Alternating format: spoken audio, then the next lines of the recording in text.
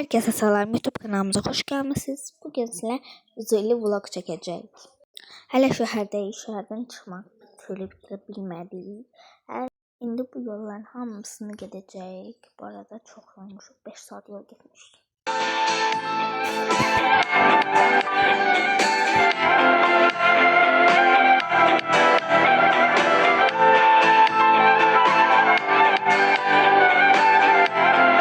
Oho, hala ne kadar yol gitmiş, yolun hamısını çekmişler. Hala da gidelim, dediğim gibi 5 saat yol gitmiş, çok yorucu. Sabretmezken sus hayat gel, artık elindedir bütün bu güçler. Türk'ün bu gücünü dünyaya göster. Seninle bacara bilmeyeceği hiç kes. Dayanmazken kan kendine. Burada ise Azerbaycan bayrağı var, yani benim bayrağım. Qarabağ Azərbaycanlıdır. Bunu hiçbir zaman yadınızdan çıxartmayın. Hiçbir insana biz ülkemiz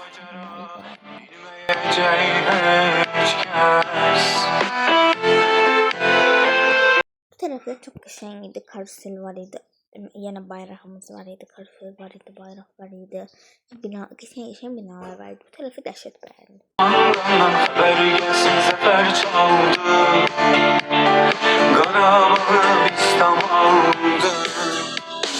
Ordum gitsin Qarabağdan, Zengilondan, Qubazlıdan, akşamüstü komandandan haber gelsin zafer çaldı.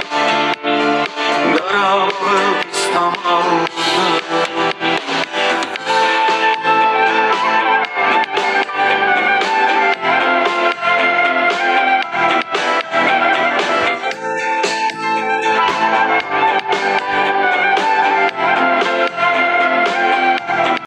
Axır ki şəhərdən çıxdıq. Sonunda yani 1 saat yol getmiş.